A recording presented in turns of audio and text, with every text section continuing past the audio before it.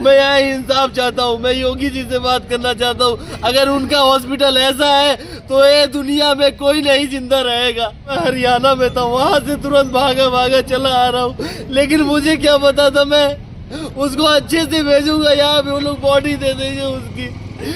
उसने तो मेरी जिंदगी खराब करके रख दी। मेरे क्या वेंटिलेटर की सुविधा नहीं है, फिर आधे घंटे बाद फोन करके कहते हैं मेरे वेंटिलेटर की सुविधा है, आप रखिए। हमने कहा जब वेंटिलेटर की सुविधा है तो आप इधर उधर क्यों घुमा रहे हो?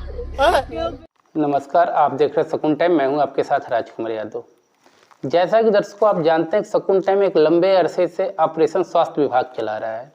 इसका मेन कारण क्या है कि संपूर्ण उत्तर प्रदेश के ग्रामीण क्षेत्रों में मानक विहीन अवैध अस्पतालों का बोलबाला है। अभी विगत दिनों पूर्व शकुन टाइम ने प्रमुखता से खबर प्रकाशित की थी कंपेरगंज तहसील क्षेत्र में, जो गोरखपुर जनपद अंतर्गत आता है। कंपेरगंज तहसील क्षेत्र गोरखपुर जो माननीय मुख्यमंत्री जी का गृह जनपद भी है, इस तहसील क्षेत्र अंतर्गत अवैध अस्पतालों की खबर शकुन टाइम ने प्रमुखता से प्रकाशित की थी। परंतु जिले के जिम्मेदार अधिकारी या कंपेरगंज स्वास्थ्य केंद्र के प्रभारी इन अस्पतालों के विरुद्ध कोई कार्रवाई नहीं की है, जिसका नतीजा है कि विगत 2 दिनों पूर्व एक बेकसूर प्रसूता की जान चली गई। ये हमारी वाइफ को मैंने इनको बोला कि आज जाओ, पेट में अगर दर्द नहीं हो रहा, 9 महीने हो गए थे, हमने कहा कि जाओ आज चेकअप करा लो देखो। तो ये आई 1 बजे के करीब, 1 बजने से पहले ही आ गई थी।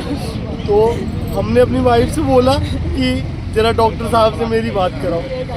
तो डॉक्टर साहब ने हमारी बात की हमसे। उन्होंने हमसे बोला कि ऐसी ऐसी कंडीशन है। हमने कहा ना पेट में पेन हो रहा है, ना प्राइवेट पार्ट में पेन हो रहा है, तो आप ऑपरेशन की बात क्यों कर रहे हो? अब जहाँ पे इनका अल्ट्रासाउंड हुआ था 25 तारीख का डेट था सर, 25 तारीख की डेट थी, तो ये डॉक्टर क्यों इतना कर दिया? उसने बोला इतना पैसा लगेगा। हमने कहा पैसे की कोई बात नहीं है, लेकिन हमें आपका अस्पताल अच्छा नहीं लग रहा है, आपके बातचीत से भी नहीं अच्छा लग रहा। कह रहे मैं तुम्हारा भाई समान हूँ, मैं ऑपरेशन कर दूंगा, कोई टेंशन की नहीं बात है। हमने कहा जब तक मैं नहीं पहुँचूंगा तब तक आप नहीं करेंगे ऑपरेशन। और ये फिर 1 घंटे बाद हमको मालूम चला मेरी बिटिया हुई है और हमारी वाइफ जो है इधर उधर लेके घूम रहा है। मैं वहाँ से जल्दी से निकला, मैं यहाँ सुबह पहुँचा तो मेरे हाथ में उसकी बॉडी दे दी और डॉक्टर यहाँ से फरार हो गया साहब। ये 1 बजे का है दोपहर में।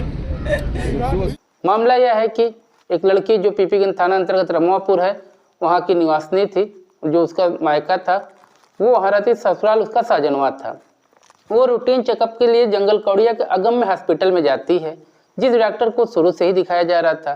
डॉक्टर, जैसा कि परिजनों ने आरोप लगाया है कि डॉक्टर डिलीवरी डेट जो थी वो 25 तारीख की बात थी, डॉक्टर ने प्रसव के लिए ऑपरेशन कर दिया, जो कि उस अस्पताल में मूलभूत सुविधाएं, वेंटिलेटर, ऑक्सीजन ऐसे कुछ भी मौजूद नहीं थी। जब वो प्रसूता का ऑपरेशन करता है और प्रसूता की हालत बिगड़ती है तो डॉक्टर अपनी प्राइवेट गाड़ी से, सोचिए डॉक्टर की हिम्मत, अपने प्राइवेट गाड़ी से वो लेके भागता है आनंद लोक हॉस्पिटल। और जब वहाँ ये क्लियर होता है कि नहीं प्रसूता की मौत हो गई है, तो वो मरीज के मृत शरीर को वहीं छोड़ के फिर फरार हो जाता है और कोई पता नहीं होता। फिर परिजन जाते हैं, वहाँ से प्रसूता को लेते हैं और सिटी हॉस्पिटल जाते हैं, पर डॉक्टर वहाँ भी तब तक जवाब दे देते हैं कि बहुत देर हो गई है। 1 बजे एडमिट। कितने बजे इनकी मृत्यु हुई है? ये 12 बजे मृत्यु हुई है रात में। बच्चा सही है? बच्चा तो सही है, लेकिन साहब ये लोग अपनी पर्सनल कार में, एम्बुलेंस की सुविधा होनी चाहिए, अपनी पर्सनल कार में ड्राइव। डॉक्टर साहब इधर उधर घूम रहे हैं। क्या ये NICU की सुविधा है? सर हमारी बात हुई इनके रास्ते में, ये बोले कि हालत सीरियस है। हमने कहा तो आप रिफर कीजिए। बोलने मेरे क्या, हमने कहा वेंटिलेटर पे आप डालिए। फिर बोलने मेरे क्या वेंटिलेटर नहीं है। और फिर उसी के आधे घंटे बाद मेरे पास फोन करके कहते हैं कि वेंटिलेटर है हमारे पास। मेरा नाम सुमंत गिरी है, मेरी वाइफ का नाम रेशमा गिरी है।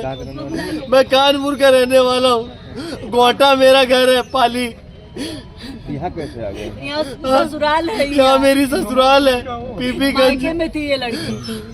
मैं अपनी वाइफ को मैके भेज दिया था। हमने कहा कुछ टेंशन ना हो, क्योंकि मैं हमेशा बाहर रहता हूँ। मैं जब इसका फोन आया तो मैं इस समय हरियाणा में था, वहाँ से तुरंत भागा चला आ रहा हूँ। लेकिन मुझे क्या पता था मैं उसको अच्छे से भेजूंगा, यहाँ पे वो लोग बॉडी दे देंगे उसकी। उसने तो मेरी जिंदगी खराब करके रख दी।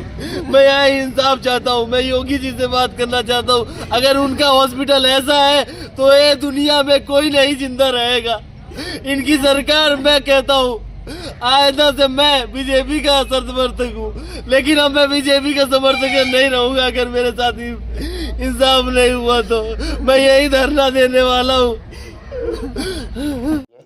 अब बात आती है कि यदि गोरखपुर जनपद का स्वास्थ्य विभाग, मुख्य चिकित्सा अधिकारी महोदय, कम स्वास्थ्य केंद्र के प्रभारी महोदय समय रहते ऐसे अस्पतालों के विरुद्ध कार्रवाई करते, जांच करते, तो शायद आज ये जो घटना घटी है ये घटना नहीं घटती।